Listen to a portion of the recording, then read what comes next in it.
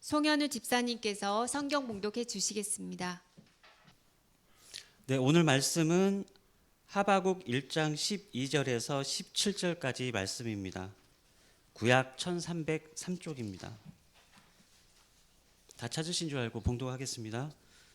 선지자가 이르되 여호와 나의 하나님 나의 거룩한 이시여 주께서는 만세 전부터 계시지 아니하시니까 우리가 사망에 이르지 아니하리이다. 여호와여 주께서 심판하기 위하여 그들을 두셨나이다. 반석이시여 주께서 경계하기 위하여 그들을 세우셨나이다.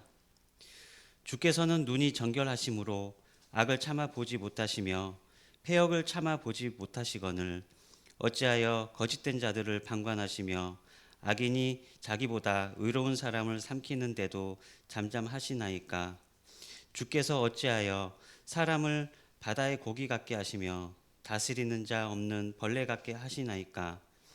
그가 낚시로 모두를 낚으며 그물로 잡으며 투망으로 모으고 그리고는 기뻐하고 즐거워하여 그물에 제사하며 투망 앞에 분향하오니 이는 그것을 힘입어 소득이 풍부하고 먹을 것이 풍성하게 됨이니이다. 그가 그물을 떨고는 계속하여 여러 나라를 무자비하게 멸망시키는 것이 옳으니까. 아멘. 허영진 목사님께서 의로우신 나의 주라는 제목으로 하나님의 말씀을 전하시겠습니다. 한 주간 평안히 잘 지내셨습니까? 지난주에 제가 궁금하시죠? 물어봤는데 전혀 안 궁금해했던 그 말씀을 계속 하도록 하겠습니다. 지난주에 우리가 본 하박국의 말씀은 정의가 굳게 행하여지는 유다에 대한 심판의 도구로 바벨론을 일으키시는 말씀을 우리는 봤습니다. 유다의 강포함에 대하여 더 큰 강포함으로 심판하시겠다는 하나님의 말씀에 대하여 하박국은 12절에서 말씀합니다. 여호와여 주께서 심판하시기 위하여 그들을 두셨나이다. 반석이시여 주께서 경계하기 위하여 그들을 세우셨나이다. 하나님의 섭리하심을 받아들이는 하박국의 고백입니다. 역사는 하나님이 만들어 나가십니다. 우리 인간이 역사의 주인공처럼 보이는 그 순간에도 그 상황에서도 항상 역사는 하나님의 의지에 달려 있었습니다. 역사는 인간의 행위, 또 국제 관계 속에서 만들어져 가는 것이지만 행위와 관계를 이끌어내시는 분은 하나님이십니다. 그래서 믿음의 사람 하박국은 하나님께서 바벨론을 통하여 일하시는 것을 인정하지 않을 수 없었습니다. 12절의 도입부에서 하박국은 하나님께 대한 신앙을 고백하고 있습니다. 나의 하나님, 나의 거룩한 이, 나의 거룩한 이께서 만세전부터 계셨고 그분으로 인하여 우리가 사망에 이르지 않을 것입니다. 하박국의 고백은 11절에서 자기들의 힘을 신으로 삼는 바벨론과는 구별되는 그런 말씀입니다. 그들은 자기들의 힘을 신으로 삼기 때문에 오만할 수밖에 없지요. 결국 그들의 그들의 힘은 그들을 범죄하게 하는 대로 이끌 뿐입니다. 그러나 하박국의 하나님은 만세전부터 계셨고 우리를 사망으로부터 건지실 영원하신 하나님이십니다. 영원하신 우리의 하나님에 대하여 시편 90편 2절은 이렇게 말씀하고 계십니다. 산이 생기기 전 땅과 세계도 주께서 조성하시기 전 곧 영원부터 영원까지 주는 하나님이시니이다. 변하지 않을 그 무엇을 우리는 기준이라고 합니다. 기준과 비교해서 이것은 크다, 작다, 또 빠르다, 느리다, 가볍다, 무겁다를 결정하게 됩니다. 그러나 우리 인생의 무상함처럼 우리는 변하지 않을 기준을 세우는 것은 우리에게 불가능함을 우리는 진즉에 깨달았습니다. 우리의 기준은 온도에 따라 늘고 주는 길이처럼 늘 일정 부분을 보정해 주어야 유지될 수 있고 그것도 우리가 사는 이 일정한 단위의 지표 안에서만 한시적으로 역할을 할 수 있는 것이 바로 우리의 기준입니다. 그러나 하나님은 우리 인생의 절박한 가운데서도 변하지 않는 확실한 기준이 되십니다. 하박국은 본인의 생각으로는 이해가 되지 않더라도 이 하나님을 기준으로 판단하고 받아들이며 이 하나님만을 참 하나님으로 받아들이고 있습니다. 하박국은 바벨론이 유다를 공격하는 것이 하나님의 심판인 것을 이해하고 있었습니다. 주께서 심판하시기에 그들을 두었고 경계하기 위하여 그들 곧 바벨론을 세우신 것을 이해하고 있었습니다. 그러므로 하박국은 하나님께서 유다를 사망에까지 이르게 하지는 않으실 것이다 라는 것도 믿고 있었습니다. 그래서 하박국은 우리가 사망에 이르지 아니하리다 라고 믿음으로 고백하고 있습니다. 에스겔서 18장 32절은 이렇게 말합니다. 죽을 자가 죽는 것도 내가 기뻐하지 아니하노니 너희는 스스로 돌이키고 살지니라. 나무서에서 하나님은 보복하시고 또 진노하시고 또 질투하시는 하나님이시지만 하나님을 이 세상에 대한 징계와 복수를 기뻐하시는 분이라고 볼 수는 없습니다. 하나님께서는 유다를 끝장내버리기 위해 또는 악한 자들을 죽이시는 것을 목적으로 바벨론을 일으키신 것이 아니었습니다. 성경에서 하나님이 심판하시는 이유는 딱 한 가지입니다.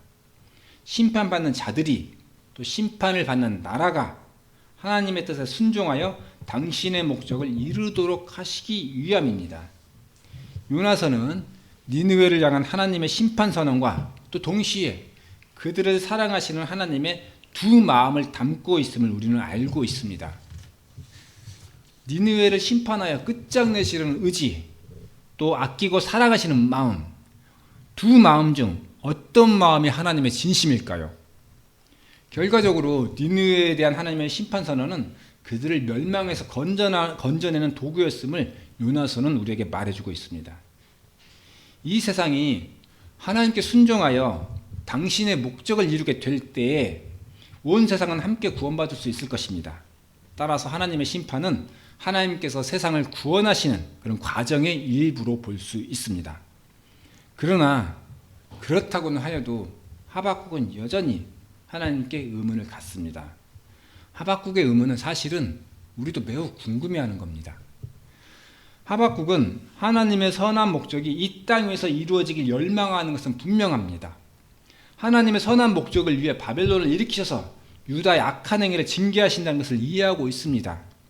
그러나 유다가 악하다고 하여서 더 악한 것으로 덜 악한 것을 대체하는 것이 과연 하나님의 정의인가 하는 것입니다. 유다가 악하다고는 하여도 바벨론은 훨씬 더 악합니다. 훨씬 더 많은 우상을 숭배하는 바벨론으로 유다를 짓밟는 것이 적절한가? 생명의 하나님이 그 풍성한 생명을 위해서 수많은 파괴와 죽음을 선행하는 것이 과연 옳으냐 하는 것입니다. 오늘 하박국에서 통치자가 하나님이신 것만 빼고 우리가 사는 현재적인 시각에서 보면 하박국의 의문은 너무나 당연합니다. 사회 상황이 어지럽고 혼란한데 더 큰 혼란과 악한 일들이 이전의 혼란과 악한 상황을 덮어버리는 것은 한 사회 또는 한 국가가 그 사회에 대한 통치력을 완전히 상실한 것처럼 보이는 것입니다. 믿음의 사람 하박국도 이러한 점에 의문을 가질 수 있었다고 봅니다. 그래서 이 세상은 통치자 없이 악한 길을 따라 흘러가고 있는 것처럼 보인다고 14절에서 하나님께 호소하고 있습니다. 주께서 어찌하여 사람을 바다의 고기 같게 하시며 다스리는 자 없는 벌레 같게 하시나이까. 하지만 하박국은 이 또한 하나님의 선하심의 한 부분임을 알았습니다. 곧 하나님의 질서를 드러내시고 선하심을 이루실 것을 믿었습니다. 그래서 17절에서 이렇게 하나님께 여쭙니다. 그가 그물을 떨고는 계속하여 여러 나라를 무자비하게 멸망시키는 것이 옳으니까. 그물은 바벨론 군대에 대한 비유적인 표현입니다. 당신의 선하심에 반대되는 것과 같은 이런 상황이 언제까지나 이어지겠습니까? 악한 자들이 번성하는 이 현실이 과연 당신의 뜻은 아니지 않습니까? 이렇게 하나님께 여쭙고 있는 것입니다. 하박국은 1장 4절까지의 말씀에서 강포한 유다에 대한 심판을 기도했습니다. 5절에서 11절까지 하나님의 답변은 바벨론이라는 더 큰 악을 일으키시겠다는 것이었습니다. 따라서 하박국은 하나님께 다시 여쭙니다. 하나님, 이것이 당신의 선하심이십니까? 강포하며 강포함을 더하시는 것이 당신의 선하심이십니까? 악한 자들이 더욱 번성하는 이 현실을 언제 끝장내시겠습니까? 우리가 하나님께서 하시는 일에 대한 이해 또는 답변을 알고자 한다면 우리는 성경을 통해서 이해하거나 성경을 통해서 답변을 들을 수밖에 없습니다. 그러나 하박국의 시대에는 성경이 확립되지 않았습니다. 만약 어떤 예언자가 하나님께서 주시는 답변 또는 하나님의 말씀에 대한 이 하나님이 하시고자 하시는 일에 대한 이해를 하고자 한다면 하나님께서 말씀해 주실 때까지 기다리는 방법밖에 없었습니다. 그래서 하박국은 하나님의 말씀을 기다리는데요. 하박국이 하나님의 말씀을 기다리는 태도는 2장 1절에 있습니다. 하박국은 하나님의 말씀을 파수하는 곳에 서며 성루에 서서 기다린다고 합니다. 하박국이 파수하는 곳에 서서 하나님의 말씀을 기다리는 것은 하나님의 말씀을 향한 소망의 정도를 상징합니다. 영과 육의 모든 기관을 열어놓고 하나님 말씀을 기다리는 그런 하박국의 태도를 보여줍니다. 기다리고 기다리는 하박국에게 하나님의 말씀이 임합니다. 2장 3절입니다. 이 묵시는 정한 때가 있나니 그 종말이 속히 이르겠고 결코 거짓되지 아니하리라. 비록 더딜지라도 기다리라. 지체되지 않고 반드시 응하리라. 세상을 향한 하나님의 묵시는 하나님 나라, 하나님의 질서에 의해 다스려지는 그 나라가 세상에 임할 것을 말합니다. 세상은 하나님께서 본래 의도하셨던 선한 목적이 있죠. 선한 모습이 있습니다.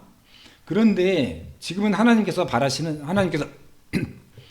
세상에 바라시는 그 모습이 아니라고 하나님께서는 생각하시는 것입니다. 하나님께서는 이 세상을 당신께서 바라시는 또 당신께서 목적하시는 대로 이르게 하실 때를 정하셨습니다. 그때 즉 하나님의 시간이 오면 하나님은 세상을 향한 당신의 궁극적인 목적을 이루실 것입니다. 그때에 대해 마가복음은 이렇게 말합니다. 그 날과 그때는 아무도 모르나니 하늘에 있는 천사들도 아들도 모르고 아버지만 아시느니라. 하박국은 3절에서 하나님의 정한 때가 있고 그때는 서둘러 오고 있다는 말씀을 듣습니다. 하나님께서는 그때는 비록 더딜지라도 지체되지 않고 반드시 응할 것이라고 말씀하셨습니다. 하박국에게 있어서 유다가 무너지고 더 악한 바벨론이 유다를 점령하는 것은 하나님의 질서에 역행하는 것처럼 보였을 것입니다. 비록 믿음의 사람 하박국이 하나님의 공의를 의심하지 않았다 하더라도 표면적으로는 악이 승리하고 있는 것처럼 보이기 때문입니다. 그러나 하나님은 이런 과정들이 당신의 계획을 이루어 나가시는 과정에 있다고 말씀하십니다. 베드로후서 3장 9절의 말씀입니다. 주의 약속은 어떤 이들이 더디다고 생각하는 것 같이 더딘 것이 아니라 오직 주께서는 너희를 대하여 오래 참으사 아무도 멸망하지 아니하고 다 회개하기에 이르기를 원하시느니라. 이 말씀은 하박국에게 임한 하나님의 말씀이 참됨을 확인해 주고 있습니다. 하박국의 말씀은 우리 시대에 악한 자들의 승리에 지친 우리에게 답을 주는 말씀입니다. 하박국은 자신이 받은 말씀을 서판에 새겨 모든 지나가는 사람이 볼 수 있도록 했습니다. 그리고 그 내용을 또 기록으로도 보존했습니다. 기록으로 남긴 하박국의 말씀은 수많은 믿음의 증인들에 의해 전수되고 오늘 우리에게도 하나님의 일은 지체되지 않고 성취될 것임을 말씀하시고 계십니다. 하지만 세상을 향한 하나님의 목적이 이루어지길 기다리는 것이 수동적 의미에서의 체념을 말하는 것은 아닙니다. 하나님 나라의 도래는 이미 예정되어 있으니 우리는 이 땅의 참상을 그저 참고 견디기만 하면 된다, 그런 의미는 아닙니다. 우리 인간 역사의 종국은 하나님에 의해 이미 예정되어 있다고 했습니다. 하지만 그 목적에 도달하기까지의 여정, 또 누가 그 나라의 백성이 될 것인가, 또 그 나라가 임하기까지 일어나게 될 여러 가지 사건들, 이런 것들은 아직 여전히 결정되어 있지 않다라고 보는 것입니다. 우리 성경에 나타난 하나님은 인간의 행위와 기도에 응답해 주시고 또 여러 가지로 소통하시면서 당신의 계획을 이루어 가십니다. 크게 보면 마치 하나님과 인간이 서로 대화를 통해서 결론을 형성해 가는 것처럼 보이기도 하는 것입니다. 따라서 우리는 우리 행위와는 전혀 상관없이 하나님께서 역사를 이루어 나가신다고 생각해서는 곤란합니다. 우리는 나의 작은 행위와 나의 작은 마음가짐조차도 하나님께서 택하시는 수단과 방법에 큰 영향을 미치게 된다는 그런 생각으로 우리의 작은 역사를 이루어 나가야 합니다. 우리가 무엇을 한다고 해서 또 안 한다고 해서 하나님 나라가 도래하는 것을 막거나 지연시키거나 또 더 빨리 오도록 하지 못한다는 것은 확실합니다. 다만 하나님께서는 그 나라에 이르기까지 많은 수단과 방법을 열어놓고 계시고, 또 우리가 그분의 방법에 속할 것인지 그 나라의 백성의 삶을 택할 것인지는 우리의 선택에 따라 달라진다고 볼 수 있다는 것입니다. 이미 온 하나님 나라와 아직은 완전하지 않는 하나님 나라, 그 중간 시대에 사는 우리는, 또 우리가 선택할 수 있는 것은 우리가 어떻게 살 것인가를 결정하는 것입니다. 왜냐하면 하나님께서는 우리가 어떻게 살든지 간에 그 날을 이루실 것이기 때문입니다. 하나님께서는 2장 4절을 통하여 우리에게 한 가지 선언을 해주십니다. 보라, 그의 마음은 교만하며 그 속에서 정직하지 못하나 의인은 그의 믿음으로 말미암아 살리라. 4절의 그는 1장에서 본절에 이르기까지 관계를 살펴볼 때 바벨론 제국을 가리킨다고 볼 수 있죠. 의인은 믿음으로 말미암아 살리라 하는 말씀은 우리 신앙의 방식을 한마디로 요약해주는 말씀입니다. 바울은 본절을 로마서, 또 갈라디아서, 히브리서에서 계속해서 인용하고 있습니다. 그래서 본절이 바울 신학의 정립에 큰 영향을 줬다라고 말할 수 있죠. 바울이 말한 이신칭의 교리는 바로 이 말씀에서 근거하고 있습니다. 의인의 의로움은 하나님과의 신실한 관계에서 얻어집니다. 하나님과의 신실한 관계는 도덕적인 태도나 또 예배를 정확히 드리는 것이 아니라 정서적인 관계를 맺는 것을 말합니다. 하나님과 내가 얼마나 애착관계에 있는가, 내가 얼마나 하나님을 믿고 의지하는가, 하나님과 분리된 삶을 사는 것을 내가 얼마나 두려워하는가, 이런 등의 정도를 의미한다고 볼 수 있습니다. 하나님과의 신실한 관계를 맺는 삶은 그 삶의 동력을 하나님께로부터 내가 가져오기 때문에 참된 삶, 참 생명의 삶이라고 할 수 있습니다. 바울은 이 말에 대해서 로마서 1장 17절에서 이렇게 말했습니다. 복음에는 하나님의 의가 나타나서 믿음으로 믿음에 이르게 하나니 기록된 바 오직 의인은 믿음으로 말미암아 살리라. 참 좋은 말인 건 알겠는데요. 이 말씀이 잘 이해가 안 돼요. 너무 어려워. 우리 한글로 써 있지만 너무 어려워요. 그래서 공동 번역을 인용해서 조금만 쉽게 풀어서 해석합니다. 복음에는 하나님의 의가 나타나서, 이 말을, 복음은 하나님과의 바른 관계를 보여줍니다. 하나님과의 바른 관계를 보여주는데, 그래서 다음 믿음으로 믿음에 이르게 하나니, 이 말은 믿음을 통해서 하나님과 바른 관계를 가지게 됩니다. 기록된 바, 이것은 성경에는 이렇게 기록되었습니다. 오직 의인은, 사람은 믿음으로 말미암아 살리라. 그런데 오직 사람은 하나님과의 바른 관계를 맺음으로 해서 살게 됩니다. 이 말입니다. 그래서 한 번에 이어서 보면, 복음은 하나님과의 바른 관계를 보여주는데 믿음을 통해서 하나님과 바른 관계를 가지게 됩니다. 성경에도 오직 사람은 하나님과 올바른 관계를 통해서 살 것이다 라고 기록되었습니다. 이렇게 좀 쉽게 풀어서 말하면 이 말이죠. 본절은 생명에 대해 말합니다. 오직 의인은 믿음, 즉 하나님과 올바른 관계 맺음으로 말미암아 생명을 얻게 된다는 것입니다. 본절에서 생명은 우리의 수고에 대한 보상이 아닙니다. 또 타고난 특권으로서 받는 것이 아닙니다. 오직 믿음, 즉 하나님과 올바른 관계를 맺는 신실한 자들에게 주어지는 것이 바로 생명입니다. 바울은 이 생명을 알았기에 누가 우리를 그리스도의 사랑에서 끊으리요? 환난이나 공고나 박해나 기근이나 적신이나 위험이나 칼이랴 라고 말할 수 있었습니다. 그리스도의 사랑에서 끊어지는 순간 이 생명이 나에게서 떠날 것을 알았기 때문에 바울은 사방으로 우겨쌈을 당하여도 쌓이지 아니하며 답답한 일을 당하여도 낙심하지 아니할 수 있었습니다. 하박국의 말씀을 바울이 더 발전시키고 체계화시켰다고 말할 수 있죠. 볼 수 있죠. 그렇지만 하박국도 바울이 말한 이 생명의 의미를 하나님의 말씀에서 찾았음이 분명합니다. 비록 하박국의 현실의 삶은 풍요로울 수 없었겠죠. 악인들이 번성하고 또 나라가 망하고 백성들의 삶은 고달프고 이런 삶 속에서 한 개인의 삶도 영향받을 수밖에 없기 때문입니다. 분명히 그렇습니다. 그랬지만 하박국은 분명 자신의 시대에서 그 누구보다 풍요로운 삶을 살았을 것이 분명합니다. 왜냐하면 하나님과 바른 관계를 맺는 의인에게 주시는 생명의 말씀이 그에게 있었기 때문입니다. 하박국의 삶과 말씀은 아직은 완성되지 않은 하나님 나라에 사는 우리들에게 세상을 향한 하나님의 목적을 계시합니다. 수많은 세월 동안 우리 믿음의 선배들이 경험해 오신 그 신실하신 하나님의 생명이 오늘 우리에게도 함께 하시기를 바랍니다. 함께 기도하겠습니다. 의로우신 아버지, 오늘 저희에게 말씀으로 계시해 주시니 감사드립니다.